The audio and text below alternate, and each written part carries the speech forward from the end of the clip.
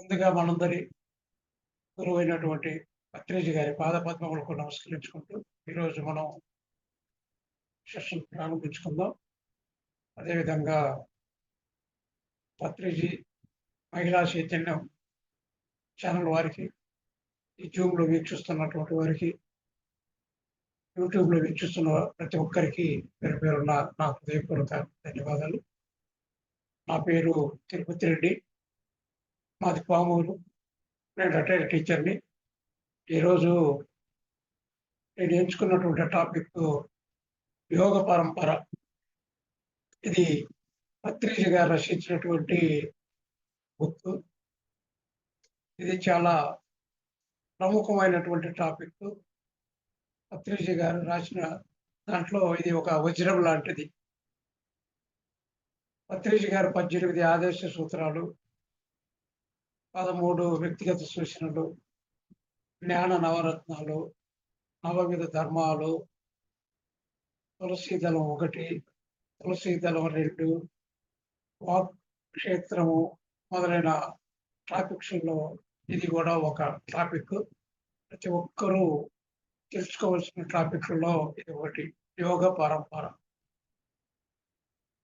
యోగము అంటే ఒక దానితో ఇంకొకటి కలవడము అని అర్థం. యోగం అంటే ఒక దానితో ఇంకొకటి కలవడము అని అర్థం అన్నమాట. యుంజతే ఇది యోగము అన్నారు. అంటే ఒకదానితో ఇంకొకటి కలవడము, దాన్నే యోగము అంటాము. యోగం అంటే కలవడము, కలయిక. ఇప్పుడు మామూలుగా యోగం అంటే అది సుఖానికి చిహ్నం, వియోగం అంటే దుఃఖానికి చిహ్నం. యోగం అంటే కలవడం, కలయిక. పుత్రయోగము, ధనయోగము, వాహన యోగము, ఇలా రకరకాల యోగాలు ఉన్నాయి. అంటే ఇవి సుఖానికి, సంతోషానికి కారణమైతే వియోగం అంటే దానికి వ్యతిరేకం, దుఃఖానికి కారణం. అంటే మాతృవియోగము, పితృవియోగము ఇలాంటివి అన్నమాట. కాబట్టి ఈరోజు మనం ఈ యోగాల్లో చాలా రకాలు ఉన్నాయి. హఠయోగము, నాదయోగము, జ్ఞానయోగము, కర్మయోగము, ధ్యానయోగము, ఇలాంటి యోగాలు చాలా యోగాలు ఉన్నాయి. పత్రిజీ గారు మనకు ఇది ఈ యోగాన్ని గురించి తెలియజేశారు. దాన్ని ఇప్పుడు మనం సవివరంగా మనం తెలుసుకుందాం. మొదట ఖనిజ సామ్రాజ్యము, వృక్ష సామ్రాజ్యము, జంతు సామ్రాజ్యము, తర్వాత ఆ జంతు సామ్రాజ్యం నుంచి ఆ జంతు సామ్రాజ్యంలో సామూహిక ఆత్మలు, ఆ సామూహిక ఆత్మల నుంచి మానవ జన్మ అంటే ఇండివిజువల్ ఆత్మలోనికి ప్రవేశిస్తాయి. అంటే ఆ జంతు సామ్రాజ్యంలో ఉన్నటువంటి ఆ సామూహిక ఆత్మలు మానవ శరీరంలోకి ఇండివిజువల్ ఆత్మలుగా మానవ శరీరాన్ని తీసుకుంటాయి. అదేవిధంగా కొన్ని ఆత్మలు వచ్చేసి పూర్ణాత్మ నుంచి శకలాలుగా మానవ జన్మను తీసుకుంటాయి. మరికొన్ని ఆత్మలు ఈ గ్రహాల నుంచి మానవ శరీరాన్ని తీసుకుంటాయి. అంటే దీన్ని ఏమంటాము అంటే జన్మ పరంపర అంటాం. ఈ విధంగా ఆత్మలు మానవ శరీరాన్ని తీసుకోవడాన్ని మనము జన్మ పరంపర అని అంటాం అన్నమాట. అంటే ఒక్కసారి మానవ జన్మ తీసుకున్న తర్వాత తిరిగి జంతు జన్మలోనికి వెళ్ళవు. తిరిగి అది ఎక్సెప్షనల్ కేసు తప్పితే, ఎక్కడో ఒక కేసు తప్పితే, కావాలనుకుంటే కోరుకుంటే తప్పక మనం ఆ జంతు జన్మలోకి తిరిగి ప్రవేశించమన్నమాట. కాబట్టి ఈ విధంగా జన్మలు తీసుకోవడం మనం జన్మ పరంపర అనుకుంటున్నాం. అయితే ఈ జన్మ పరంపర చివరి స్థితిలో మాత్రమే మానవుడు జ్ఞానవంతుడు అవుతాడు. చివరి దశలో మొదట మానవుడు అంత జ్ఞానవంతుడు కాదు. శ్రీకృష్ణ భగవానుడు భగవద్గీతలో ఈ విషయం చెప్పాడు. ఏమంటే బహూనాం జన్మనామంతే జ్ఞానవాన్ మాం ప్రపద్యతే అన్నారు. అంటే ఎన్నో జన్మల తర్వాత జ్ఞానవంతుడవుతాడు మానవుడు అని. మొదటంతా జ్ఞానం అవసరం లేదు.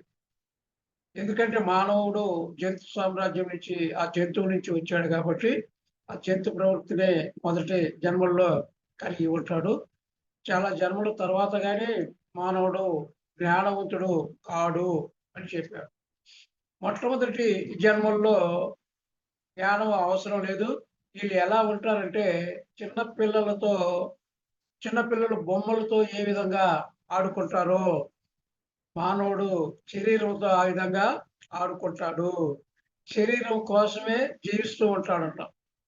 అంతా శరీరమే. ఇక్కడ తినడము, తాగడము, పడుకోవడము, మైదము, పెళ్లి, పిల్లలు, వాళ్ళు, వాళ్ళ సంరక్షణ, వాళ్ళ పిల్లల సంరక్షణ, ఈ విధంగా ఒక జీవన పోరాటం చేస్తా ఉంటారు ఇక్కడ. వాళ్ళ కోసం వాళ్ళు జీవిస్తూ ఉంటారు. ఒక ఫిజికల్ ఎక్సిస్టెన్స్ కోసమే ఎన్నో జన్మలు ఈ విధంగా తీసుకుంటూ ఉంటారనమాట. ఈ భౌతిక జన్మల కోసమే అంటే ఈ జన్మలనే తీసుకుంటూ ఉంటారు. కాబట్టి మళ్ళీ మళ్ళీ అనేక చోట్ల పుడుతూ ఉంటారనమాట. అంటే ఇది తమో గుణ లక్షణము. ఈ విధంగా మొట్టమొదట తమో గుణంలో ఉంటాడు మానవుడు. అంటే శరీరం కోసమే శరీరంతో జీవిస్తూ శరీరమే అనుకుంటారు. అంతా శరీరము. తాను కుటుంబము, తన పిల్లలు ఇదంతా ఉండేటట్టు దాన్ని తమో గుణము అంటారనమాట. ఈ తమో గుణానికి ఉదాహరణ మనము కుంభకర్ణుడిని చెప్పుకోవచ్చు. కుంభకర్ణుడు అంటే మరి 6 నెలలు ఆహారం, 6 నెలలు నిద్ర. ఇది తమో గుణానికి చిహ్నం. కుంభకర్ణుడిని మనం చెప్పుకోవచ్చు. ఈ విధంగా కొన్ని జన్మలు అయిపోయిన తర్వాత కొంత జన్మలో అంటే అది ఆత్మను బట్టి, ఆ సోల్‌ని బట్టి ఉంటది. ఎన్ని జన్మలు అనేటువంటిది ఆ సోల్‌ని బట్టి ఉంటది. ఈ విధంగా కొన్ని జన్మలు అయిన తర్వాత, ఆ తర్వాత నేను కేవలము ఈ తినటానికే పుట్టలేదు. ఈ ఇడ్లీ, సాంబారు, కోళ్ళు, మేకలు వీటిని తినటానికే నేను పుట్టలేదు. కాబట్టి నేను ప్రజల్లో గుర్తింపు పొందాలి. నాకు ఒక ఐడెంటిటీ కావాలి. కాబట్టి నేను అందరిలో ప్రథముడిగా ఉండాలి. అందరూ నన్నే గౌరవించాలి. నా కాళ్ళకే మొక్కాలి. కాబట్టి ఆ విధమైనటువంటి గుణాల్లో ఉంటాడనమాట. ఆ విధంగా ఉండేటువంటి అంటే అందరూ నా కాళ్ళకే మొక్కాలి. నేనే గొప్పవాడిని. నాకంటే మించిన వాళ్ళు ఇంకెవరు లేరనేటువంటి ఒక అహంభావ ధోరణి. అంటే అధికార ధోరణనమాట. అధికార వాంఛ. ఇలాంటి పరిస్థితుల్లో ఉంటారు. దీన్ని ఏమంటామంటే రజోగుణము అంటాం. మొదట కొన్ని జన్మలొచ్చేసి తమోగుణంలో ఉన్నారు. కొన్ని జన్మలు ఆ తమోగుణం జన్మలు అయిపోయిన తర్వాత ఇప్పుడు రజోగుణ ఈ రజోగుణానికి ఉదాహరణ మనం రావణాసురుడిని మనం చెప్పుకోవచ్చు. ఈ విధంగా కొన్ని జన్మలు తమోగుణంలో కొన్ని వందల జన్మలు, తర్వాత రజోగుణంలో కొన్ని వందల జన్మలు అంటే ఈ జరిగిపోయిన తర్వాత అప్పుడు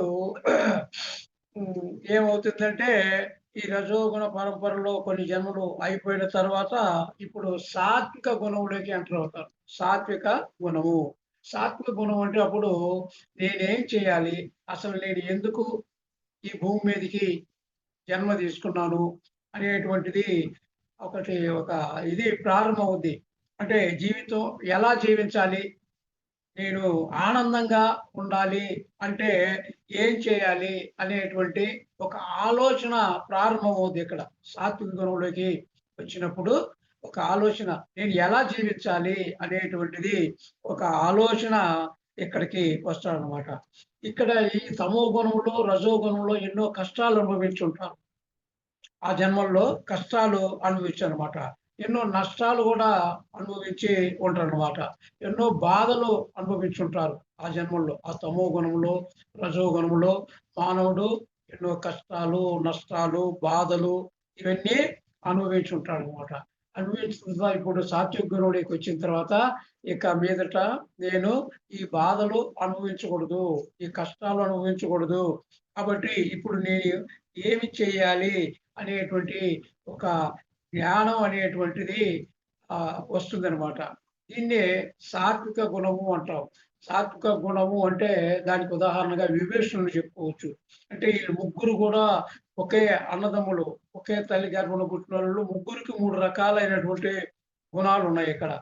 అంటే కుంభకర్ణుడికేమో తమో గుణం ఉంది, రావణాసుడికేమో రజో గుణం ఉంది, విభీషణుడికేమో సాత్విక గుణము ఉంది. అంటే దీన్ని బట్టి మనకేమర్థమవుతుందంటే ఒకే తల్లి కడుపులో పుట్టినప్పటికి గూడా అందరూ ఒకే రకంగా ఉండరు. రకరకాలైనటువంటి గుణాలను కలిగి ఉంటారనేటువంటిది మనకు ఇక్కడ అర్థమవుతుందనమాట. అంటే ఇప్పుడు యోగ పరంపరను గురించి తెలుసుకుంటామనమాట. జన్మ పరంపర అయిపోయింది. జన్మ పరంపర అయిపోయిన తర్వాత ఇప్పుడు యోగ పరంపరలోకే ప్రవేశించాం. ఈ యోగ పరంపరకు రాకముందు ఈ కర్మ పరంపరలో కొన్ని జన్మలు ఏం చేసాము? భోగలాలస. అంటే ఆ తమో గుణంలో భోగం అనుభవించాడోడు. భోగాన్ని అనుభవించాడు. ఆ తర్వాత రజోగుణంలోకి వచ్చిన తర్వాత అధికార లాలస. అధికారం పంచనమాట. అది భోగలాలస మొదటి జన్మలు. ఆ తర్వాత రజోగుణంలో వచ్చిన తర్వాత అధికార లాలస కొన్ని జన్మలు అయిపోయిన తర్వాత ఇప్పుడు సత్యలాలసలోకి వచ్చాడు. సాత్విక గుణం అంటే సత్యలాలసలోనికి వచ్చాడు. అంటే సత్యం అంటే ఏమిటి? మరి ఈ ఈ అన్వేషణలో ప్రారంభమవుద్ది. ఇక్కడ సాత్విక గుణంలోకి వచ్చినప్పుడు సత్యాన్ని గురించి అన్వేషిస్తూ ఉంటాం. అంటే ఈ సత్యాన్ని తెలుసుకోవాలి అంటే మనము యోగం చేయాలి. ఇక్కడ మెయిన్ పాయింట్ ఇది. సత్యాన్ని తెలుసుకోవాలంటే యోగం అనేటువంటిది చెయ్యాలి. సత్యం తెలుసుకోవాలంటే సత్యంతోనే జీవించాలి. కనుక ఇప్పుడు మనము యోగ పరంపరలోకి ప్రవేశించాము. యోగ పరంపరలోకి ఎప్పుడు ప్రవేశించాము? తమో గుణము కొన్ని జన్మలు, రజో గుణము కొన్ని జన్మలు అయిన తర్వాత సాత్విక గుణంలోకి ఎంటర్ అయినప్పుడు సాత్విక గుణం తర్వాత ఇప్పుడే మనము యోగ పరంపరలోకి ప్రవేశించాము. ఈ యోగ పరంపరలో మనకు పత్రిజీ గారు 4 అంటే 4 యోగాలు ఉన్నాయని చెప్పారు. ఏంటంటే ఒకటి కర్మయోగము, 2 జ్ఞాన యోగము, భక్తి యోగము, ధ్యాన యోగము. 4 యోగాలు ఉన్నాయని మనకు పత్రిజీ గారు తెలియజేశారు ఈ యోగ పరంపరలో. అయితే ఇక్కడ పత్రిజీ గారు ఏమి చెప్తారంటే ఈ భక్తి యోగము అనేది లేదు. భక్తి యోగము లేదు.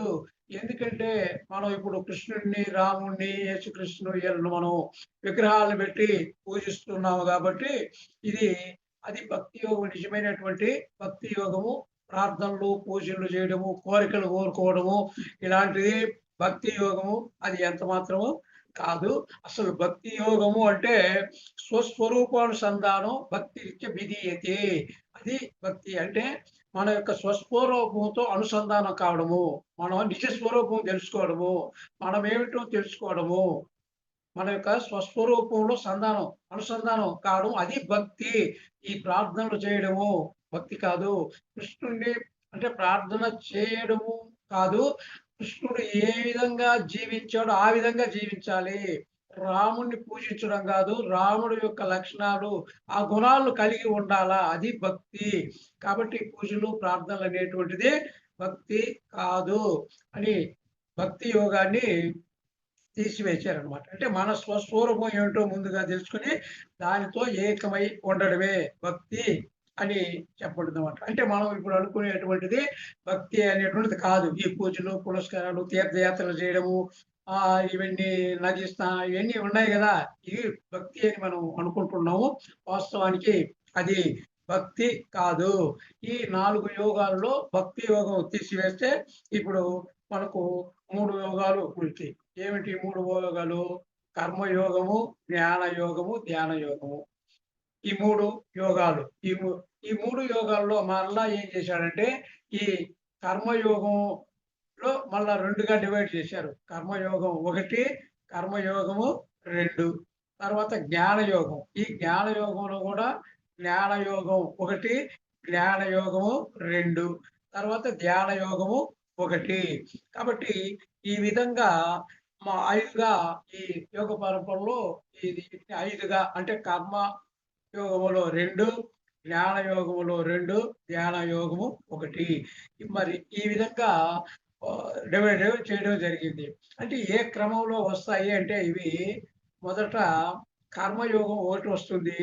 ఈ కర్మయోగం ఒకటి కొన్ని జన్మలు అయిపోయిన తర్వాత జ్ఞానయోగం ఒకటి వస్తుంది. ఈ జ్ఞానయోగంలో కూడా కొన్ని జన్మలు అయిపోయిన తర్వాత అప్పుడు ధ్యానయోగం వస్తుంది. ధ్యానయోగం కొన్ని జన్మలు అయిపోయిన తర్వాత మరలా కా ఈ యొక్క జ్ఞానయోగం 2 అనేది వస్తుంది. ఈ ధ్యానయోగం 2 కొన్ని జన్మలు అయిపోయిన తర్వాత చివర్లో కర్మయోగం 2 వస్తుంది. ఈ విధంగా ఒకదాని తర్వాత ఒకటి ఈ యోగ పరంపర అనేటువంటిది వస్తుంది. కాబట్టి ఈ కర్మయోగం 2 ఫైనల్ ఆ యోగంలో. అంటే ఇది ఎలాంటిది అంటే కర్మయోగం 2లోకి ప్రవేశించామంటే ఎవరు వివరిస్తారో ఒక గౌతమ బుద్ధుడు, శ్రీకృష్ణుడు, జీసస్ ఇలాంటి వాళ్ళు ప్రవేశించేది. కర్మయోగం 2 అంటే టాపు. ఆ విధంగా ఇది అంటే అప్పుడు ఇంకా జన్మ అనేటువంటిది లేదు. ఈ కర్మయోగం 2లోకి ఎవరైతే ప్రవేశిస్తారో ఇదా చివరి జన్మది. ఇక ఆఖరి జన్మ అదే. ఇక జన్మ రాహిత్యం అక్కడ. ఇంక అక్కడి నుంచి జన్మలు అనేటువంటివి ఉండవు. ఒకవేళ రావాలనుకుంటే రావచ్చు గానీ, మనం కావాలనుకుంటే లేకపోతే ఇక మనకు అది కర్మయోగం 2లోకి ప్రవేశించామంటే అది జన్మ రాహిత్యము. అంటే ఈ విధంగా స్టెప్ ఎక్కువ ఎదుగుతూ పోవాల. అంటే మనం ఒక శిఖరాగ్రాన్ని చేరుకోవాలంటే మనం ఆ శిఖరాన్ని చేరుకోవాలంటే ఎన్నో మెట్లెక్కాల. మెట్టు ఎక్కితే గాని అప్పుడు చివరి మెట్లు శిఖరాగ్రాన్ని మనము చేరుకోలేము. అదే విధంగా ఇక్కడ మనము ఈ యొక్క ఈ యోగాలు అంటే కర్మయోగం ఒకటిని, తర్వాత జ్ఞానయోగం ఒకటి, జ్ఞానయోగం ఒకటి తర్వాత ధ్యానయోగం, ధ్యానయోగం తర్వాత జ్ఞానయోగం 2 ఆ తర్వాత చివరలో కర్మయోగం 2 ఈ విధంగా లాస్ట్‌కు ఈ చేరుకుంటామన్నమాట. అంటే ఈ విధంగా మనం ఒక శిఖరాగ్రాన్ని చేరుకోవాలంటే యోగ పరంపరలో ఒక్కొక్క యోగాన్ని దాటుకుంటూ ఈ కర్మయోగం 2 వరకు చేరుకోవాలి. కాబట్టి ఇక్కడ మొదట ఇప్పుడు మనము కర్మయోగం 1 అనే దాని గురించి మనం తెలుసుకుందాం. ఈ కర్మయోగం 1లో తిరిగి 4 స్టేజెస్‌గా డివైడ్ చేశారు. పత్రిజ్ గారు ఏం చేశారంటే ఈ కర్మయోగం 1ని 4 stages stage A, stage B, stage C, stage D 4 స్టేజెస్‌గా మనకు చెప్పడం జరిగింది. ఈ స్టేజ్ ఈ స్టేజ్ ఏలో ఏం చెప్తున్నాడు భద్రీష్ గారంటే, అయ్యా నువ్వు ఎవరికి మంచి చేయకపోయావు గానీ చెడు మాత్రము చేయవద్దు. అది ఆ యొక్క స్టేజ్ ఏలో మనం తెలుసుకోవాల్సినటువంటిదేంటంటే ఎవ్వరికి మంచి చేయకపోయినా పర్వాలేదు. చెడు మాత్రం చేయకూడదు అనేది ఆ యొక్క ఎసెన్స్. చెడు ఎవరికీ చేయకూడదు. ఏ ప్రాణిని హింసించకూడదు. ఇన్ని రోజులు నువ్వు తిన్నావు. రొయ్యలు తిన్నావు, చేపలు తిన్నావు, మేకలు తిన్నావు, అన్నీ తినేసావు. ఆ! ఇన్ని రోజులు రకరకాల జంతువులు తిన్నావు. నువ్వు తాగావు, ఇంటికొచ్చావు, నువ్వు భార్యని హింసించావు, పిల్లల్ని హింసించావు, కొట్టావు. ఇక మీదట ఈ పనులు చేయబాకు నాయనా. ఇవన్నీ మానుకో. ఈ హింసా ప్రవృత్తిని మానుకో. ఎవరితో కొట్లాడవద్దు. ఇన్ని రోజులు నీ పిల్లల్ని నువ్వు తంతూ ఉన్నావు. ఇక మీదట ఆ పనులు చేయొద్దు అనేటువంటిది ఈ యొక్క కర్మయోగం 1 అనేటువంటిది చెప్తుందనమాట. కర్మయోగం 1లో ఏ స్టేజి చెప్తుంది. అది ఉన్న తర్వాత స్టేజ్ బిలోకి ఇక్కడ కొన్ని జన్మలు అయిపోతాయి ఇప్పుడు. ఈ స్టేజ్ ఏలో కొన్ని జన్మలు అయిపోయిన తర్వాత స్టేజి బిలోకి ప్రవేశిస్తాడు. ఈ స్టేజ్ బి ఏందంటే నువ్వు పక్కవాడికి మంచి చెయ్యి. నువ్వు పక్కవాడికి మంచి చేస్తే నీకు కూడా మంచి జరుగుతుంది. నువ్వు ఇతరులకు ఎంత మేలు చేస్తే అంతకు రెట్టింపు మేలు నీకు జరుగుతుంది. కాబట్టి నువ్వు అందరికీ మేలు చేస్తూ ఉండు నాయనా అనేటువంటిది ఇక్కడ చెయ్యి. నువ్వు ఉపకారం చెయ్యి అందరికీ. నువ్వు ఉపకారం చెయ్యి. నీ ఏది నీ మంచి అనుకుంటే దాన్ని నువ్వు చేస్తూ ఉండు. నీ చేతనైనంత వరకు మంచి పనులు చెయ్యి. వీధులు శుభ్రం చెయ్యి. స్వచ్ఛ భారత్ చెయ్యి. డబ్బులుంటే డబ్బులు దానం చెయ్యి. లేదంటే వస్త్రదానం చెయ్యి. అన్నదానం చెయ్యి. జ్ఞానదానం చెయ్యి. ఏదుంటే నీ దగ్గర ఏది ఉంటే దాన్ని చెయ్యి. నువ్వు సంఘానికి ఏమైతే మేలు చేస్తావో నీకు సంఘము ఆ సంఘం నీకు తిరిగి ఆ సంఘం ద్వారా నీకు మేలు జరుగుతుంది. కాబట్టి ఈ విధంగా నువ్వు చెయ్యి అనేటువంటిది ఇక్కడ కర్మయోగం 1లో స్టేజ్ బి అనేటువంటిది చెప్తుందనమాట. తర్వాత ఇక స్టేజి సిలోకొచ్చేస్తాడు. కొన్ని జన్మలు అయిపోయిన తర్వాత స్టేజి సిలోకి వస్తాడు. ఇక్కడ ఏంటంటే స్టేజ్ సిలో నువ్వు మంచి కర్మలు చేస్తుండు నాయనా. ఆ కర్మల యొక్క ఫలితాన్ని నువ్వు ఆశించవద్దు అంటాడు. కర్మలు మాత్రమే చెయ్యి. నువ్వు కర్మ యొక్క ఫలితాన్ని మాత్రము ఆశించవద్దు. అదే భగవద్గీతలో కూడా శ్రీకృష్ణ పరమాత్ముడు అదే చెప్పాడు. కర్మణ్యేవాధికారస్తే మా ఫలేషు కదాచన మా కర్మఫల హేతుర్భు మాతే సంగోస్త్వ కర్మణి అన్నాడు. అంటే నువ్వు కర్మలు మాత్రమే చెయ్యి. మంచి కర్మలు చెయ్యి. నేను ఈ కర్మ చేస్తున్నాను కాబట్టి ఈ ఫలితం రావాలా అని ఆశించి చేయొద్దు. నువ్వు ఏ కర్మ చేసినా ఆ ఫలితాన్ని ఆశించవద్దు. నువ్వు మంచి కర్మ చేస్తే మంచి ఫలితం వస్తది. చెడు కర్మ చేస్తే చెడు ఫలితం ఎలాగో వస్తది.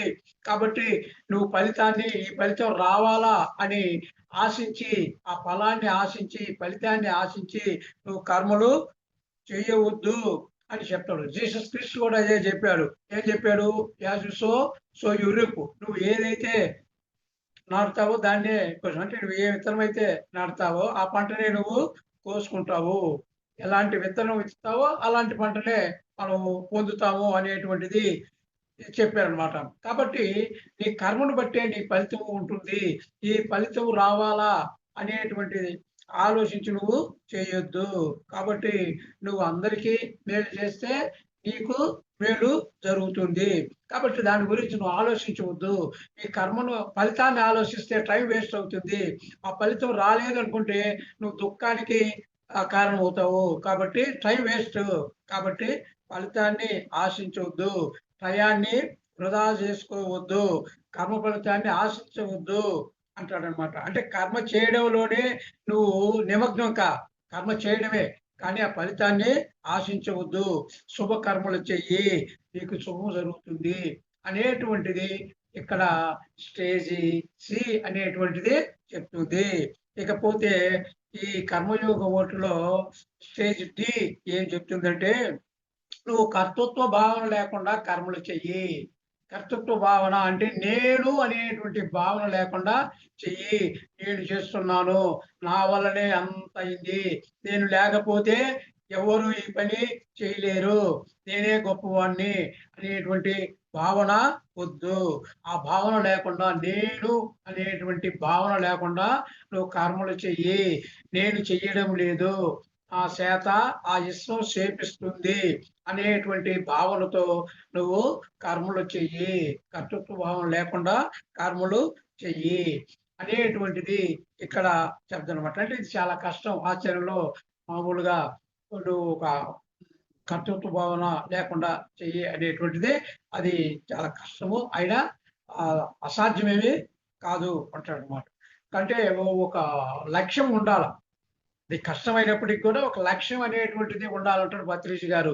నువ్వు ఒక ఐఏఎస్ పాస్ కావాలని ఒక లక్ష్యాన్ని పెట్టుకుంటే కనీసం దాన్ని చేరుకోలేకపోయినా కనీసము కొన్ని అంటే డిఆర్ఓ, ఆర్‌డీఓ అలాంటి ర్యాంకులైనా పొందేటువంటి అవకాశం ఉంటుంది కాబట్టి నీ లక్ష్యం హైగా ఉండాలా అనేటువంటిది ఇక్కడ చెప్తాడు. ఇక్కడ కర్మయోగము ఒకటిలో మనం 4 స్టేజెస్ ఉన్నాయని మనం చెప్పుకున్నాం. ఈ 4 stages stage A, stage B, stage C, stage D. Stage ఏలో ఏం చెప్పుకున్నావు? నువ్వు మంచి చేయకపోయావు. చెడు మాత్రము చేయొద్దు. స్టేజ్ బిలో నువ్వు మంచి పనులు చేస్తూ ఉండు. నువ్వు అందరికి మంచి చేస్తే నీకు మంచి జరుగుతుంది అనేటువంటిది. స్టేజ్ సి వచ్చేసి ఫలితాన్ని ఆశించకుండా కర్మలు చెయ్యి. స్టేజ్ డి వచ్చేసి కర్తృత్వ భావన. అంటే నేను అనేది లేకుండా కర్మలు చెయ్యి అనేటువంటిది ఇక్కడ మనము కర్మయోగం ఒకటిలో ఈ 4 స్టేజెస్‌లో తెలుసుకున్నాం. అంటే ఈ విధంగా కొన్ని జన్మలు అయిపోతాయి. ఒక్కొక్క స్టేజిలో కొన్ని జన్మలు అయిపోతాయి. ఆ తర్వాత ఈ కర్మయోగం ఒకటి అయిపోయిన తర్వాత జ్ఞానయోగం ఒకటిలోకి ప్రవేశిస్తాం. జ్ఞానయోగము ఒకటిలోనికి ప్రవేశిస్తారు. ఇక్కడ జ్ఞానయోగం ఒకటిలో ఏం తెలుసుకుంటారంటే పత్రిజీ ఏం చెప్తున్నారంటే, ఒరేయ్ నువ్వు మానవ శరీరం కాదురా. నువ్వు మానవ శరీరము కాదు. నువ్వు ఆత్మవు అని తెలుసుకో. నువ్వు ఆత్మవు. మానవ శరీరం అనుకుంటున్నావేమో నువ్వు. కానీ నువ్వు మానవ శరీరము కాదు. నువ్వు చనిపోయిన తర్వాత స్వర్గము, నరకము అనేవి కూడా ఉన్నాయి. ఈ లోకమే అనుకునేవు. ఇదే కాదు. ఇలాంటి లోకాలు చాలా లోకాలు ఉన్నాయి. ఈ భూలోకమే లోకం అనుకుంటున్నావు. కానీ భూలోకమే కాదు. భూలోకము, భూవర్లోకము, సువర్లోకము, లోకము, జనాలోకము, తపోలోకము, సత్యలోకము ఎన్నో లోకాలున్నాయి. ఆహ్, ఉ అదే విధంగా అధోలోకాలు గూడా ఉన్నాయి. కాబట్టి నువ్వు ఇవే అనుకుంటున్నావు. కానీ నీ దగ్గర అనేకమైనటువంటి అపారమైనటువంటి శక్తులున్నాయి. అయితే నీకు తెలీదు. నీకు అపారమైనటువంటి శక్తి ఉంది నీలో. కానీ నీకు తెలీదు. నువ్వు ఆత్మ పదార్థానివి. నువ్వేమంటే శరీరం అని భావిస్తున్నావు. అని నువ్వు ఏదైనా సాధించగలవు. నువ్వు అనుకుంటే నువ్వు ఏదైనా సాధించగలవు. నువ్వు నీటి మీద నడవగలవు. ఆకాశంలో ఎగరగలవు. అంతటి సామర్థ్యము నీలో ఉంది.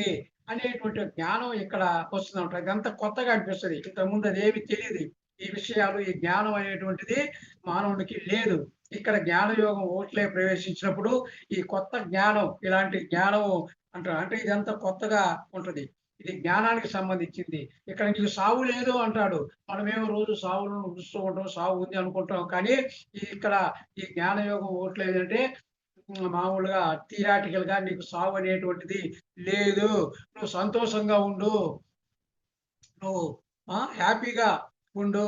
మరి నీ తల్లి, నీ తండ్రి ఈళ్ళందరూ గూడా చనిపోయిన తర్వాత వేరే లోకాల్లో ఉండవు. నువ్వు శరీరం పోయిన తర్వాత నువ్వు కూడా ఆ లోకాలకు ఉంటావు. ఆత్మకు సావు లేదు. శరీరానికే సావు అని ఇక్కడ ఈ ఒక వేదాంత ధోరణి, వేదాంతం అనేటువంటిది ఇక్కడ తెలుస్తుందనమాట. ఈ కర్మయోగం 2లో ఇలాంటిది ఉండవు. ఈ జ్ఞానం ఉండదు. ఈ జ్ఞానయోగం వచ్చిన తర్వాత ఈ జ్ఞానం అనేటువంటిది వస్తుందనమాట. ఇక్కడ కర్మయోగం ఓట్లో మనం ఏ విధంగా 4 స్టేజెస్‌గా డివైడ్ చేశామో, ఇక్కడ గూడా 4 స్టేజెస్. ఈ జ్ఞానయోగం ఓట్లో గూడా 4 స్టేజెస్‌గా మనం డివైడ్ చేశాం. పత్రిజి గారు 4 స్టేజెస్‌గా డివైడ్ చేశారు. ఏంటి అంటే స్టేజ్ ఏ వచ్చేసి శ్రవణము, స్టేజ్ బి వచ్చేసి మననము, స్టేజ్ సి వచ్చేసి నిధిధ్యాస, తర్వాత స్టేజ్ డి వచ్చేసి సాక్షాత్కారము. ఇక్కడ 4 స్టేజెస్ ఇక్కడ. ఈ 4 స్టేజెస్‌లో మొదటిది ఏందంటే శ్రవణము. శ్రవణము అంటే వినడము. వినడం. ఇక్కడ ఏం చెప్తారంటే నువ్వు బాగా విను. ఎక్కడ ఏది జరుగుతున్నా అక్కడికి పోయి విను. ఇప్పుడు జీసస్ క్రీస్తు ప్రవచనాలుండయి. పోయి విను. భగవద్గీత ప్రవచనాలుండయి. పోయి విను. ఏది జరుగుతున్నా విను. రామాయణం విను. భారతం విను. ఎక్కడ ఏది చెప్తున్నా ప్రవచనాలు పోయి విను. నువ్వు వినడం మాత్రమే. ముందు బాగా శ్రవణం చెయ్యి. వాళ్ళు ఏది చెప్తున్నారో దాన్ని నువ్వు బాగా విను అని చెప్తారన్నమాట. అంటే అంతకుముందు ఇవేమి పట్టవు. ఇప్పుడు ఈ జ్ఞానయోగం ఓట్లోకి వచ్చిన తర్వాత ఈ శ్రవణం అనేది అలవాటు చేసుకుంటారు. అంటే ఎవరు ఎక్కడ ఏమి చెప్పినా దాన్ని వినడము. వినడం అనేటువంటిది అలవాటు చేసుకుంటారు ఇక్కడ. ఈ స్టేజ్ ఏలో శ్రవణంలో బాగా వినడము అనేటువంటిది వస్తదనమాట. వినడం వరకే ఇక్కడ. ఎవరు ఏది చెప్పినా దాన్ని వినడమే. అది బైబిల్ కావచ్చు, ఖురాన్ కావచ్చు, భగవద్గీత కావచ్చు, ఏదైనా కావచ్చు. వినడం. ఎవరు ఏది చెప్పినా దాన్ని విను అనేది ఈ స్టేజి ఏలో తెలుసుకుంటారు. ఇక అక్కడ కొన్ని జన్మలు అయిపోయిన తర్వాత స్టేజ్ బిలోకొస్తారు. స్టేజ్ బి ఏంది మరణము. మరణం అంటే ఏదైతే మనం వింటామో దాన్ని మననం చేసుకోవడం. అంటే నెమరు వేసుకోవడం, జ్ఞాపకం చేసుకోవడము. కాబట్టి ఇది ఇక్కడ మరణం జరుగుద్ది. అంటే యేసుక్రీస్తు ఇలా చెప్పాడు, శ్రీకృష్ణ భగవానుడు భగవద్గీతలో ఇలా చెప్పాడు అని ఇవన్నీ మరణం. తాను విన్నదాన్ని తిరిగి మననం చేసుకుంటూ ఉంటాడనమాట. ఆ బైబిల్‌లో ఏం చెప్పాడు? దేవుని రాజ్యం నీలో ఉందని చెప్పాడు గదా! మరి నీలో ఉంది అనడు. లోపలికి ఎలా వెళ్ళాలి? అనేటువంటిది ఒక మరణం. ఈ 2 కళ్ళు ఒక కన్ను కాకపోతే నువ్వు దేవుని రాజ్యంలో ప్రవేశించలేవు అని చెప్పాడు గదా! ఇయన్నీ జ్ఞాపకం చేసుకుంటూ ఉంటాడనమాట. తాను ఏదైతే వింటాడో అవన్నీ జ్ఞాపకము చేసుకుంటూ ఉంటాడనమాట. అది ఇక్కడ మరణము. అంటే విన్న దానిని తిరిగి జ్ఞాపకం చేసుకోవడము. దాన్ని మరణము అని అంటామనమాట. ఇక్కడ కొన్ని జన్మలు అయిపోయిన తర్వాత ఈ స్టేజ్ సిలోకి వచ్చేస్తాడు. స్టేజ్ సి అంటే నిధిధ్యాస. ఈ నిధిధ్యాసన అంటే మొదట వింటాడు. విన్నదాన్ని మననం చేసుకుంటాడు. మననం చేసుకున్న తర్వాత దాన్ని ఆచరించడం. ఏదైతే వింటాడో దాన్ని మననం చేసుకుంటాడో తిరిగి దాన్ని ఆచరించడము. నిజ జీవితంలో ఆచరించడము. అది నిధిధ్యాసన అంటే. అంటే ఆత్మ నువ్వు శరీరం కాదు, ఆత్మ అని చెప్పారు గదా! ఓహో! నేను శరీరం కాదా? ఆత్మ. ఆత్మపరంగా జీవించటానికి ఇక్కడ ప్రారంభిస్తానమాట. శరీరపరంగా ఏవైనా కొన్ని బాధలు కలిగినప్పటికీ, ఓహ్! నేను శరీరం కాదు గదా! నేను ఆత్మను. మరి నేనెందుకు బాధపడాలా? అనేటువంటి భావంలో ఉంటాడనమాట. నేను ఆత్మను గాబట్టి, నాకు ఈ శరీరం, ఈ బాధ నాకు కాదు అనేటువంటి భావనలో ఇక్కడ ఉంటాడనమాట. కాబట్టి నేను జీసస్ క్రీస్తు దగ్గరికి వెళ్ళిపోతాను. నేను కృష్ణుడి దగ్గరికి వెళ్ళిపోతాను అనేటువంటి భావన. అంటే నేను ఆత్మను, నేను శరీరం కాదు అని హాయిగా జీవించడము మొదలుపెడతాడు. అంటే ఆత్మ అని ఎప్పుడైతే తెలుసుకుంటాడో, అప్పుడు బాధలు లేకుండా సంతోషంగా, హాయిగా జీవించడం మొదలుపెడతాడు. ఇది అంటే తన జీవితంలో విన్నటువంటి దాన్ని మననం చేసుకున్నటువంటి అదేంటి తన జీవితంలో ఆచరించడము నిధిధ్యాసన. ఇలా కొన్ని జన్మలు అయిపోయిన తర్వాత అప్పుడు ఏం జరుగుతుందంటే స్టేజ్ డిలోకి వస్తాం. స్టేజ్ డి అంటే సాక్షాత్కారము. అంటే ఇక్కడ సాక్షిగా ఉండిపోవడమే. ఏది జరుగుతున్నా చూస్తూ ఉండడమే. ఒక సాక్షిగా ఉండడమే. పుట్టేవాళ్ళు పుడుతుంటారు, చచ్చిపోయేవాళ్ళు చచ్చిపోతుంటారు. పెళ్ళిళ్ళు జరుగుతుంటాయి, పిల్లలు పుడుతుంటారు, బిల్డింగులు కడుతుంటారు, బిల్డింగులు కూలిపోతుంటాయి, కలిమిలుంటాయి, లేములుంటాయి, జయముంటది, అపజయముంటది, మానం ఉంటది, అవమానం ఉంటది, సుఖం ఉంటది, కష్టం రకరకాలుగా ఇవన్నీ ఉంటాయన్నమాట. అంటే ఏది జరిగినా చీకటి, వెలుతురు ఇయన్నీ ఉంటాయి గదా! ఈ ద్వంద్వాలన్నిటిని నువ్వు సాక్షిగా చూస్తూ ఉండడమే. దేన్ని నువ్వు జడ్జ్‌మెంట్ చేయొద్దు, కామెంట్ చేయొద్దు. అదెందుకు జరిగింది? ఇదెందుకు జరిగింది? అదెట్లా? ఇదెట్లా? అనేటువంటిది వద్దు. నువ్వు సాక్షిగా చూస్తూ ఉండు. ఇదే సాక్షితత్వము.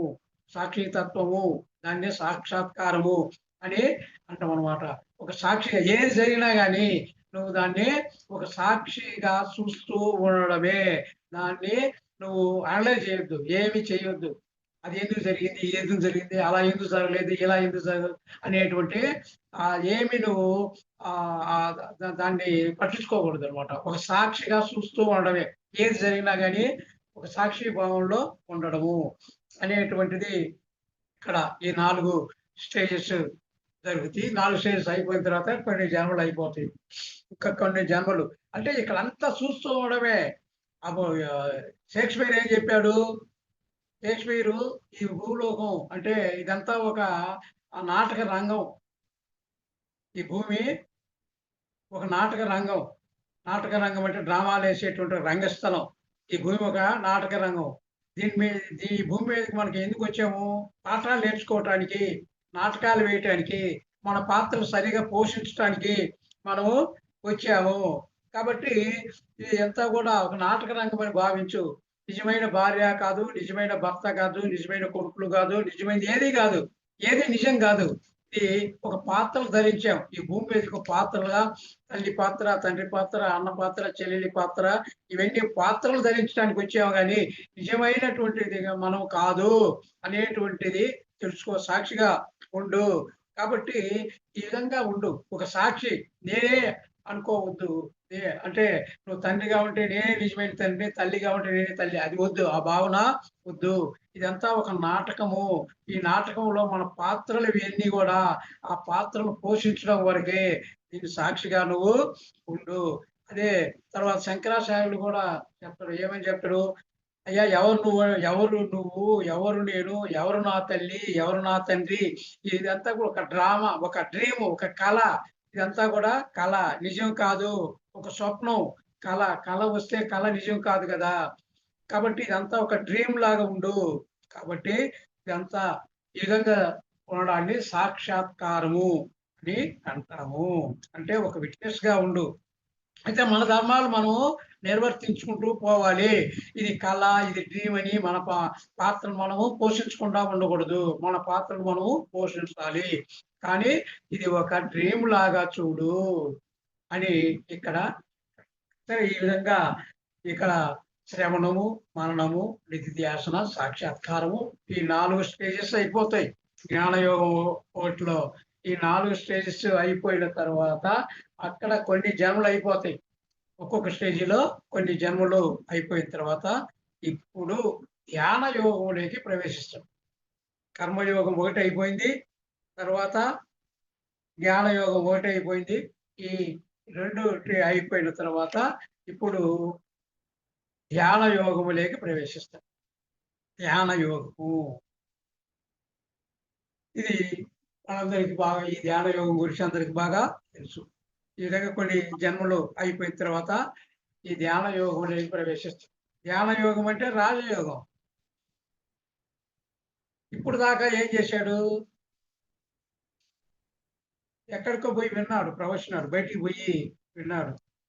ఇప్పుడు నేను ఇక్కడ ధ్యాన యోగానికి ప్రవేశించిన తర్వాత ఏమనుకుంటా అంటే ఇప్పుడు ఇన్ని రోజులు నేను బైబిల్ విన్నాను, ప్రవచనాలు విన్నాను. నేను ఇప్పుడు నేను ఈ ధ్యాన యోగంలో ప్రవేశించిన తర్వాత డైరెక్ట్ గా నేను యేసుక్రీస్తుని చూడాలి, బుద్ధుడిని చూడాలి, గౌతమ బుద్ధుడితో మాట్లాడాలి. ఆ కఠోపనిషత్తులో నచికేతుడు చనిపోయిన తర్వాత ఆ మనిషి ఏమవుతాడో స్వయంగా తెలుసుకున్నాడు కదా, మరి నేను కూడా తెలుసుకోవాలా అంటే ధ్యాన యోగంలో ప్రవేశిస్తా ఇన్ని వచ్చేస్తాయి అన్నమాట. అంటే రాజయోగం, ఈ రాజయోగం అంటే కింగ్ ఆఫ్ యోగాస్. ఇది అన్నిటికంటే గొప్పదన్నమాట. రాజు యోగాలలో రాజు లాంటిది. కాబట్టి ఈ కర్మయోగం కన్నా జ్ఞాన యోగం కన్నా ఇది గొప్ప యోగము.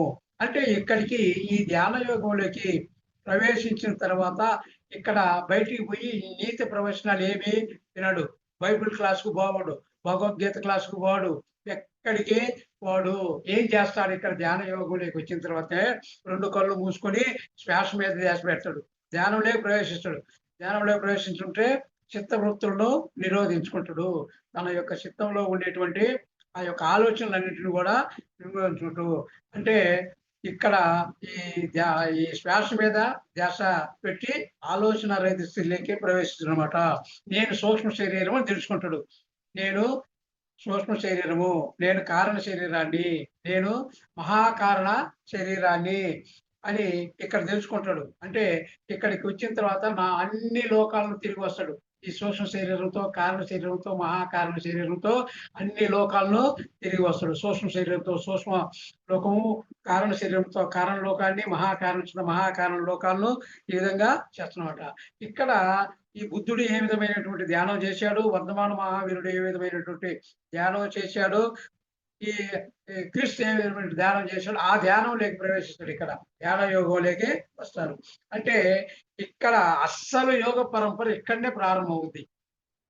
ఈ ధ్యాన యోగంలో యోగ పరంపర ఇక్కడ ప్రారంభమవుద్ది. ఈ ధ్యాన యోగం నుంచి ఇక్కడ ఈ ధ్యానం అనేటువంటి పత్రిజీ గారు ఏం చెప్తారంటే, నువ్వు ఎలాంటి స్థితిలో ఉన్నా, నువ్వు ఎంత పాపివైనా, ఎంత నికృష్టుడివైనా, నువ్వు ఎన్ని పాప పనులు చేసినా, నువ్వు ఎన్ని మర్డర్లు చేసినా, నువ్వు సామాన్యుడివైనా, నువ్వు పండితుడివైనా, ఏవైనా సరే నువ్వు ఎలిజిబిలిటీ.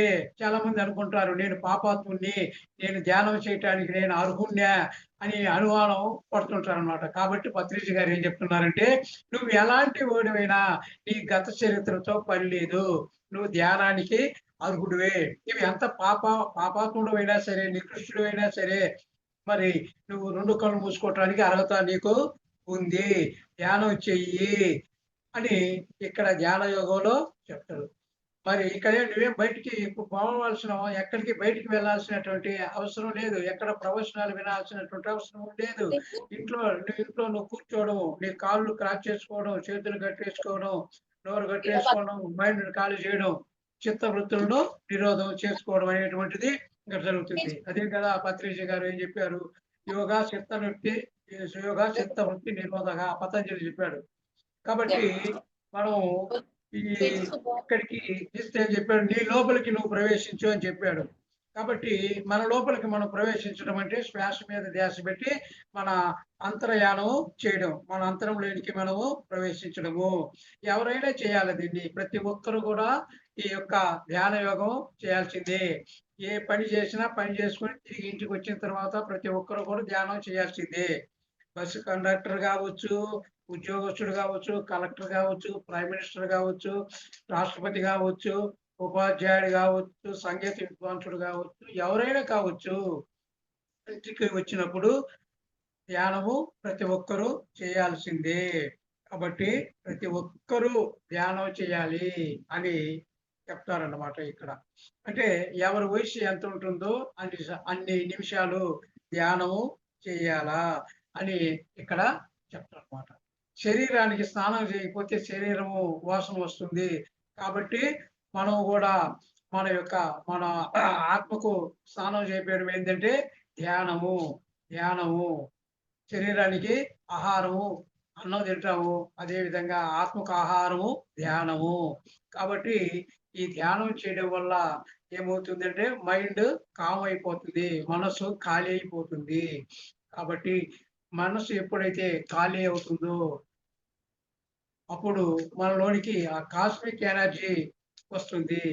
కాస్మిక్ ఎనర్జీ వచ్చినప్పుడు అప్పుడు ఏమవుతుంది, మనకు దివ్యచక్షు కూడా ఆవాహము అవుతుంది. మనలో ఉండేటువంటి ఆ జన్మల నుంచి వచ్చినటువంటి కర్మలన్నీ కూడా తొలగి పోతాయి. కాబట్టి ఈ ధ్యానములోకి ప్రవేశించాలి ప్రతి ఒక్కరూ అని చెప్తారనమాట. అంటే ఇక్కడ ధ్యానంలోకి వచ్చిన తర్వాత మొదట ధ్యాని యోగి అవుతాడు, యోగి రాజర్షి అవుతాడు, రాజర్షి బ్రహ్మర్షి అవుతాడు. అంటే ఈ విధంగా స్టేజెస్ ఉన్నాయి. మొదట ధ్యానంలోకి ప్రవేశించగానే ధ్యాని తర్వాత యోగి అవుతాడు, యోగి ఋషి అవుతాడు, రాజర్షి అవుతాడు, బ్రహ్మర్షి అవుతాడు. అంటే ప్రతి ఒక్కరూ కూడా ఆ స్టేజెస్ అంటే మన జీసస్ క్రిస్ట్ లాగా, గౌతమ బుద్ధుడి లాగా, పత్రిజీ లాగా, వశిష్ఠుల్లాగా మనం అందరం కూడా బ్రహ్మర్షులు కావాలా, ఆ స్టేజ్కి వెళ్ళాలా. ధ్యానం వదులుకొని బ్రహ్మర్షి స్థాయికి ఎదగాల. కాబట్టి మనము గంటలు ధ్యానం చేయాలని చెప్తాడు పత్రిజీ.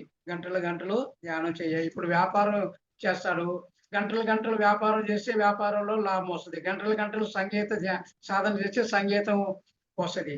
ఆ విధంగా నువ్వు ఏది చేస్తే అది గంటలు నువ్వు ఏది చేయదైనా గంటలు చేస్తే కానీ నువ్వు దాన్ని సంపాదించలేవు. అదేవిధంగా ధ్యానాన్ని కూడా నువ్వు గంటలు చేస్తే ఆ దివ్యశిక్ష అనేటువంటిది వస్తుంది.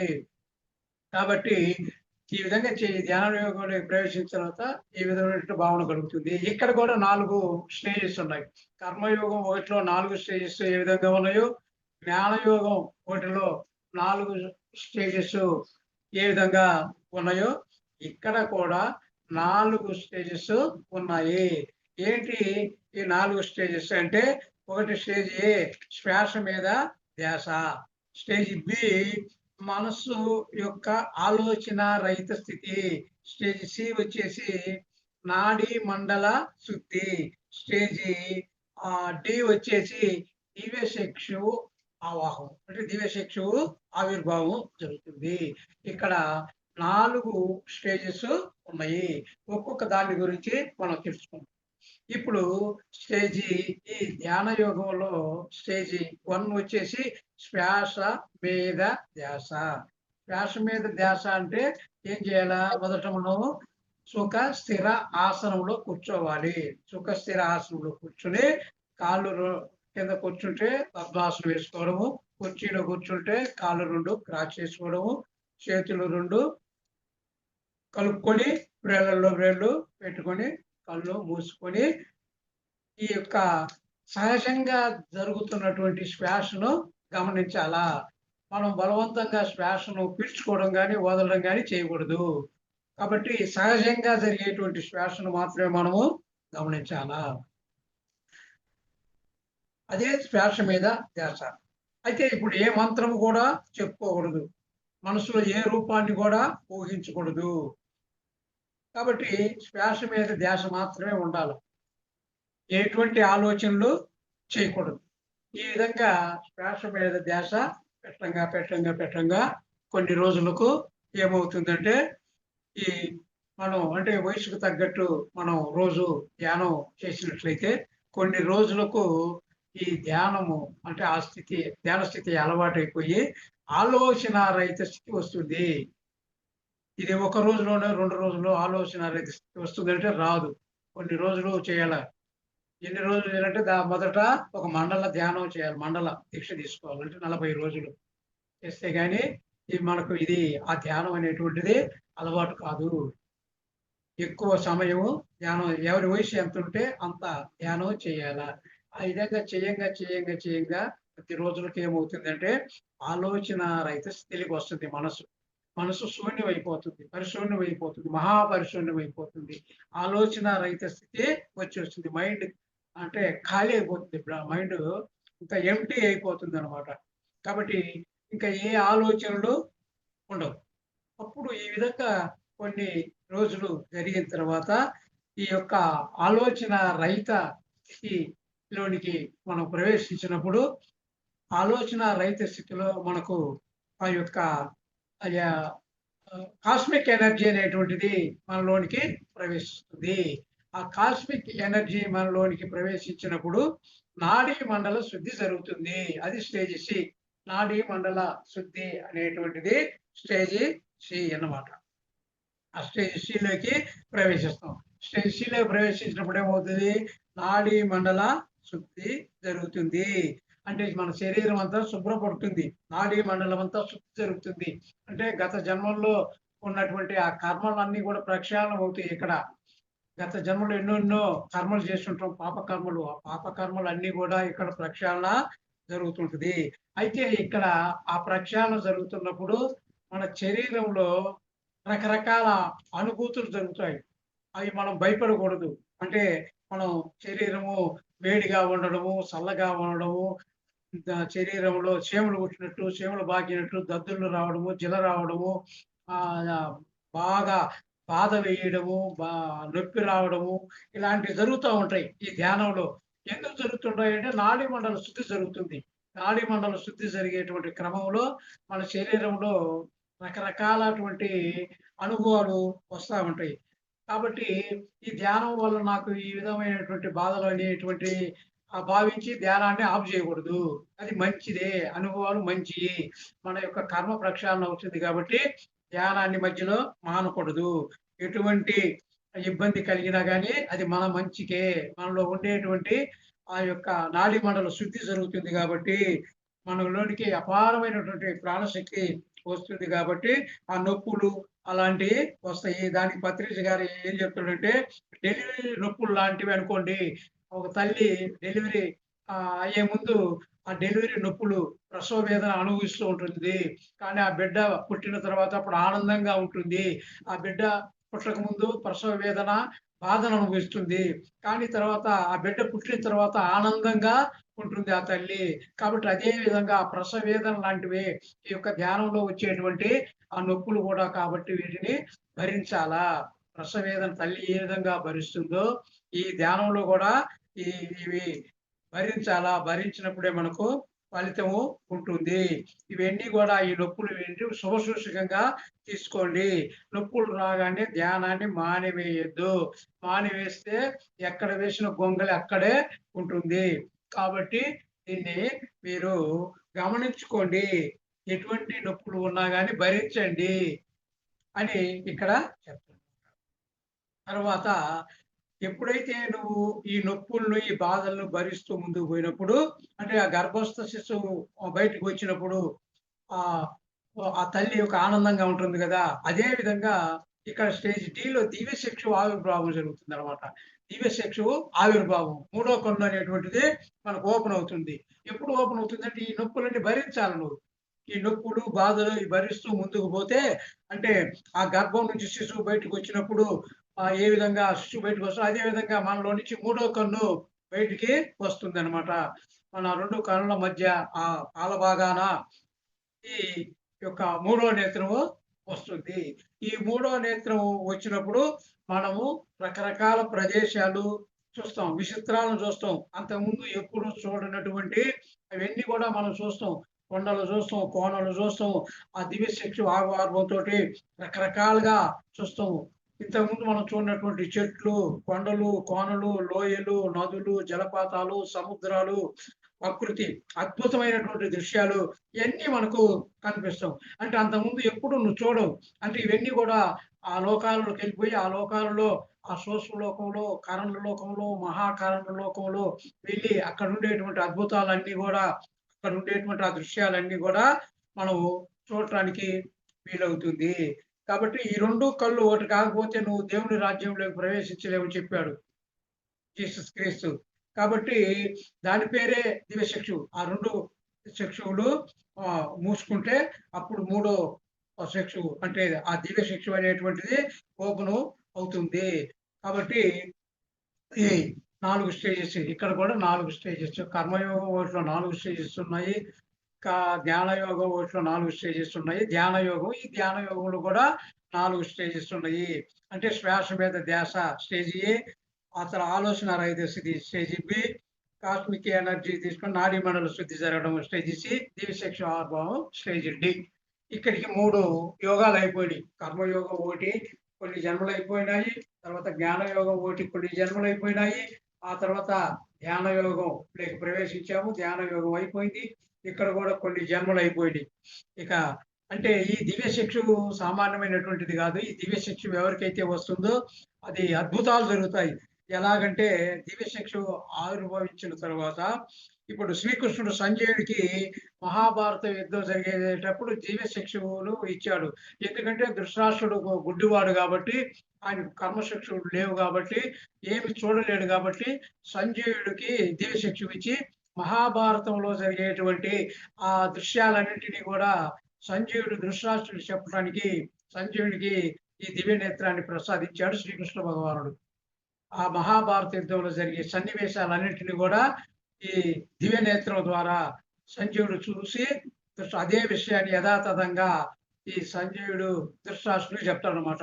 అంటే క్రికెట్ కామెంటరీ చెప్పినట్టు క్రికెట్ జరుగుతూ ఉంటే ఆ కామెంటరీ చెప్తారు కదా, ఆ కామెంటరీ చెప్పినట్టుగా ఇక్కడ సంజయుడు ధృతరాష్ట్రుడికి ఈ వివరిస్తూ ఉంటాడు మహాభారత యుద్ధంలో జరిగినటువంటి సంఘటనలు. అదే విధంగా వాల్మీకి వాల్మీకి ఒక దొంగ, మొదట రత్నాకరుడు అనేటువంటి ఒక దొంగ, దారి దోపిడి అటువంటి వ్యక్తి ఆ దివ్య ఆయన నారద మహాముని ప్రభావం వలన ఆయన దివ్యశిక్షు తపస్సు చేసి దివ్యశిక్షను సంపాదించుకొని రాముడు పుస్తక ముందే ఆయన రామాయణాన్ని రాశాడు. అది దివ్యశిక్షు యొక్క ప్రభావము. దివ్యశిక్షు అలాంటిది అనమాట. అదేవిధంగా వీర బ్రహ్మేంద్ర స్వామి మనందరికీ తెలుసు, కాలజ్ఞానం రాశాడు. ఆయన ఎప్పుడో రాశాడు, కొన్ని వందల సంవత్సరాల క్రితం రాయడు కదా ఆయన. కానీ అప్పుడు రాసినటువంటి కాలజ్ఞానం ఇప్పుడు కూడా జరుగుతూ ఉంది, ఇంకా జరగబోతుంది. ఎప్పుడో ఆయన రాసింది కాలజ్ఞానం, అది జరుగుతూ ఉంది. ఎలా రాశాడు కాలజ్ఞానం అంటే ఆయన యొక్క దివ్య నేత్రముతోటి, ఆ దివ్య నేత్రం ఉండబట్టి ఆయన కాలజ్ఞానం రాశాడు. కాబట్టి ఈ గౌతమ బుద్ధుడు కూడా అంతే. గౌతమ బుద్ధుడు కూడా తన దివ్య నేత్రం ద్వారా తన గత జన్మలన్నీ చూసుకున్నాడు, భవిష్యత్తును కూడా ఆయన చూసుకున్నాడు. కాబట్టి దివ్య నేత్రము అలాంటి గొప్ప అద్భుతాలు చేస్తుంది. కాబట్టి ఎవరైతే ధ్యానం చేసి ఎక్కువ ధ్యానం చేస్తారో, గంటలు గంటలు ధ్యానం చేస్తారో వాళ్ళందరికీ కూడా ఈ దివ్య నేత్రం అనేటువంటిది ఆవిర్భావం జరుగుతుంది. ఎవరైనా కానీ మరి సాధన చేస్తే తప్పకుండా సాధించవచ్చని చెప్తాడు పత్రిజీ గారు. బుద్ధుడు సాధించలేనిది మనం ఎందుకు సాధించలేము, కృష్ణ సాధించలేనిది మనం ఎందుకు సాధించలేము అని చెప్తాడనమాట. అంటే ఒకరు సాధించింది ఎవరైనా సాధించవచ్చు. అయితే ఏమి కావాలి అంటే సాధన కావాలి. శ్రీకృష్ణుడు కూడా చెప్తాడు అర్జునుడితో, అర్జున నువ్వు నేను ఎన్నో జన్మలు ఎత్తాము ఇంతకుముందు, కానీ నీ జన్మ ఈ జన్మే నీకు తెలుసు, నీ గత జన్మలు నీకు తెలియవు. కానీ నాకు నా గత జన్మలు తెలుసు, ఈ జన్మలు తెలుసు, నీ జన్మలు తెలుసు, అందరి జన్మలు నాకు తెలుసు. ఎందుకంటే నేను ధ్యానం చేశాను, నేను యోగిని.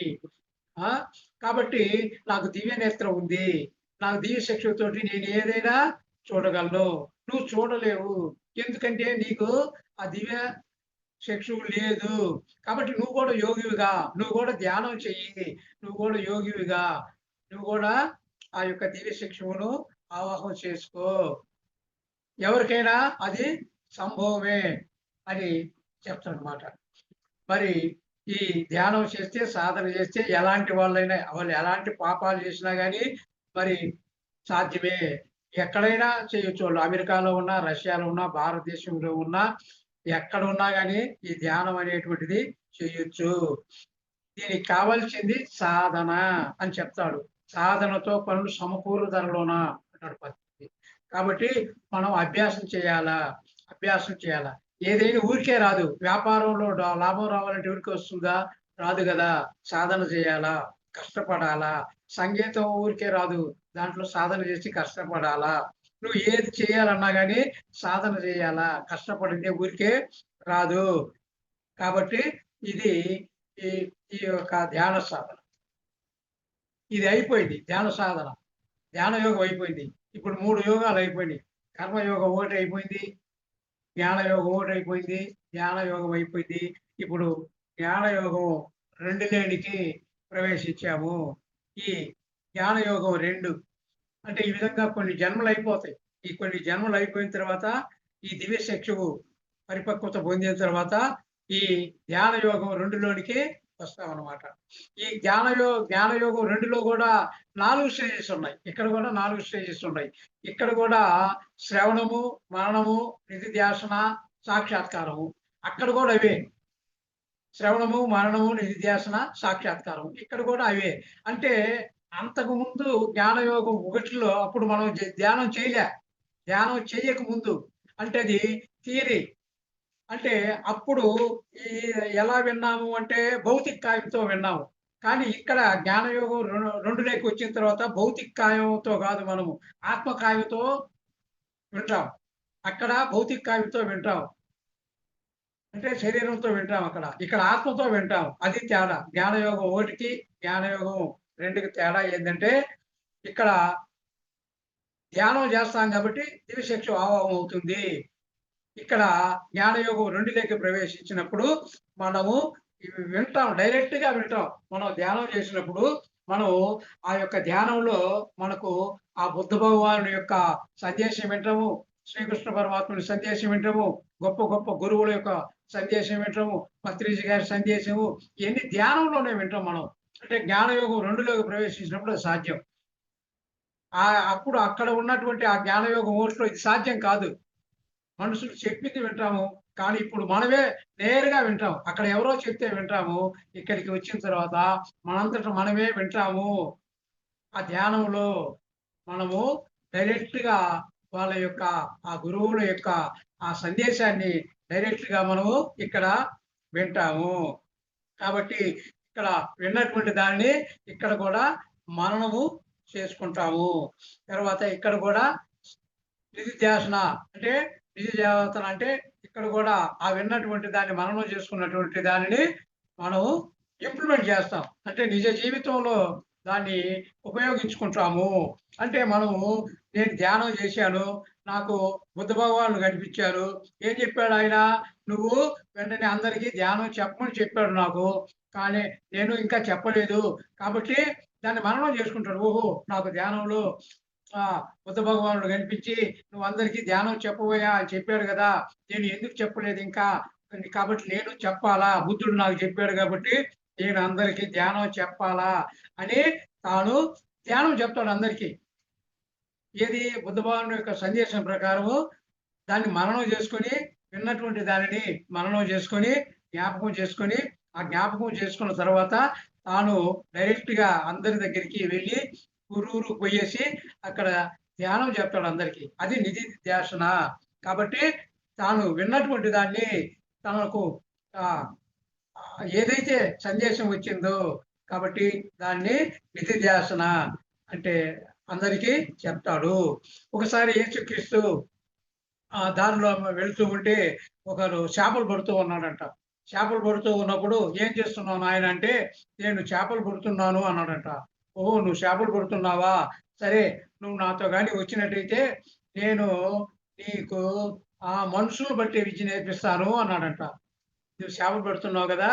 నువ్వు ఆ చేపలు పట్టేది వదిలేసి నాతో వస్తే నీకు మనుషులను బట్టే విద్య నేర్పిస్తాను. నాతో వస్తావంటే" వెంటనే ఆ యొక్క వల అక్కడ పారేసి వెంటనే యేసుక్రీస్తు దగ్గరికొచ్చేసి నేర్పించమని అడుగుతాడంట. అది నిధిధ్యాసన అంటే. అంటే ఒక మాట చెప్పంగానే యేసుక్రీస్తు ఒక మాట చెప్పంగానే ఏమి ఆలోచించకుండా ఆ వలను తాను చేపలు పట్టేటువంటి వలను పక్కన పడేసి నాకు విద్యను నేర్పించు అని క్రీస్తు దగ్గరికి వచ్చాడు. అది నిధిధ్యాసన అంటే. అంటే నిధిధ్యాసన అంటే తాను విన్నటువంటి దాన్ని వెంటనే తన నిజ జీవితంలో ఇంప్లిమెంట్ చేయడము. అది నిధిధ్యాసన అంటారనమాట.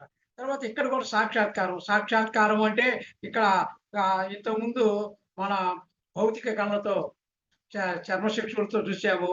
ఇక్కడ దివ్యచక్షులతో ఎన్ని జరిగేవన్నీ కూడా మనం చూస్తాం. అన్ని లోకాలకు వెళ్తాము. సూక్ష్మ లోకాలు, కారణ లోకాలు, మహాకారణ లోకాలకు ఎన్ని అంతలక్కడ వెళ్ళి అక్కడ జరిగేటువంటి అన్ని కూడా సాక్షిభూతంగా మనము చూస్తూ ఉంటాము. మేడం ఒక 2, 3 నిమిషాలు తీసుకోవచ్చా? టైం అయింది. ఇంకొకటి ఉంది. వినిపించలా అమ్మా? టైం అయింది. ఇక ఒక ముందు బ్రీఫ్ గా చెప్పేస్తా. చెప్పమంటారా, ఆపమంటారా? సరే చూడండి సార్, చెప్పండి సార్. 1 మినిట్ చెప్పండి సార్. అది ఇంకొక యోగం బ్రీఫ్ గా చెప్తాను తొందరగా. ఓకే, 2 నిమిషాలు. ఇక్కడ మనం ఇప్పటికి కర్మయోగం 1, జ్ఞానయోగం 1, జ్ఞానయోగము, తర్వాత జ్ఞానయోగం 2, 4 అయిపోయి ఇక చివరికి మిగిలింది కర్మయోగం 2. కర్మయోగము 2. ఇక్కడ కర్మయోగం 2లోకి వచ్చింది ఫైనల్ అన్నమాట. అంటే ఇక్కడ ఏం చేస్తాము కర్మయోగం అంటే అందరికీ ధ్యానం నేర్పించడము.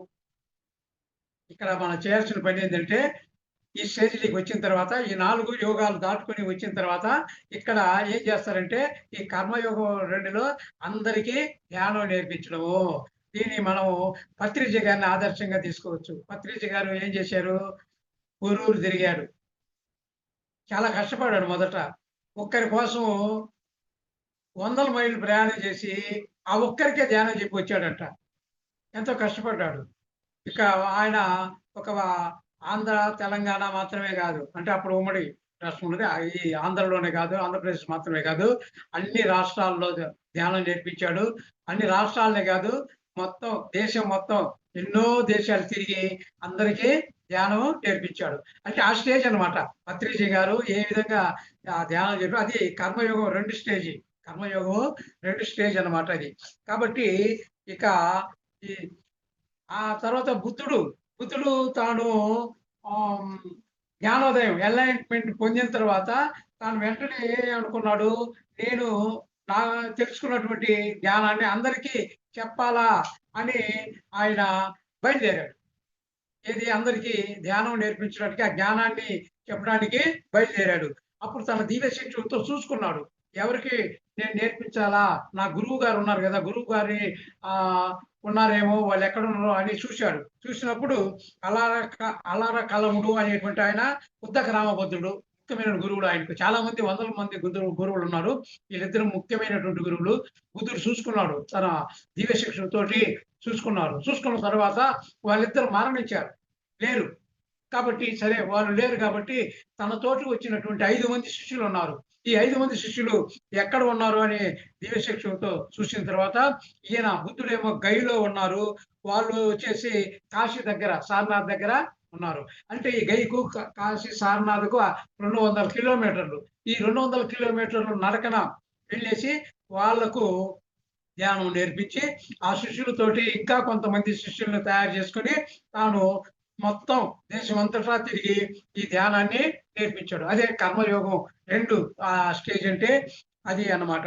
ఆ విధంగా మనం చేయాల్సింది ఏంటంటే అందరి దగ్గరికి పోయి అందరి కళ్ళు మూపించడం. మనం అలాగా కళ్ళు మూసుకోండి, శ్వాస మీద ధ్యాస పెట్టండి, ధ్యానం చేయండి. ఈ ధ్యానం చేస్తే ఈ లాభాలు ఉన్నాయి అని ఈ ధ్యానం యొక్క లాభాలు ఏవైతే ఉన్నాయో వీటన్నిటిని కూడా వాళ్ళకు అంటే ఈ స్టేజి కర్మయోగం స్టేజి 2లోకి కర్మయోగం 2లోకి ప్రవేశించినప్పుడు మనం ఎలా అవుతామంటే జీసస్ లాగా మనం తయారవుతాం అన్నమాట. ఈ కర్మయోగం 2లో మరి జీసస్ లాగా జీవిస్తాం. అప్పుడు చివరి జన్మ అవుద్ది అనమాట. జన్మ ఉండదు. కాబట్టి గౌతమ బుద్ధుడిలాగా జీవిస్తాము. గౌతమ బుద్ధుడు కూడా జన్మ అనేటువంటిది లేదు.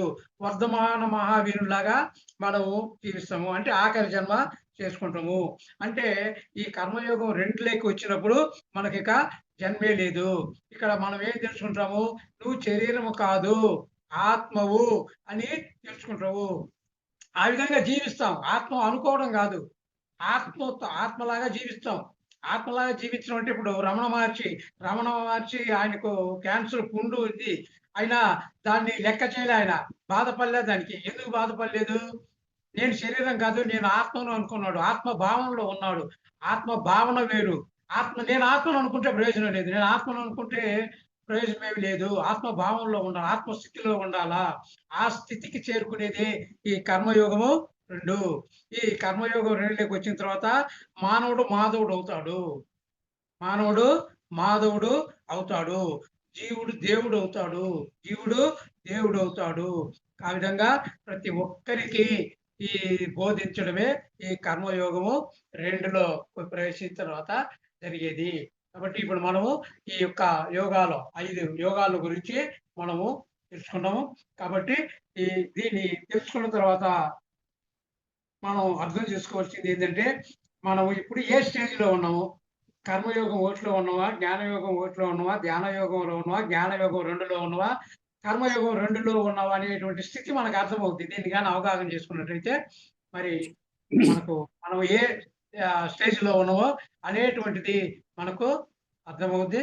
Thank you. నాకు ఈ అవకాశం ఇచ్చినందుకు మీ అందరికీ హృదయపూర్వక ధన్యవాదాలు. Thank you.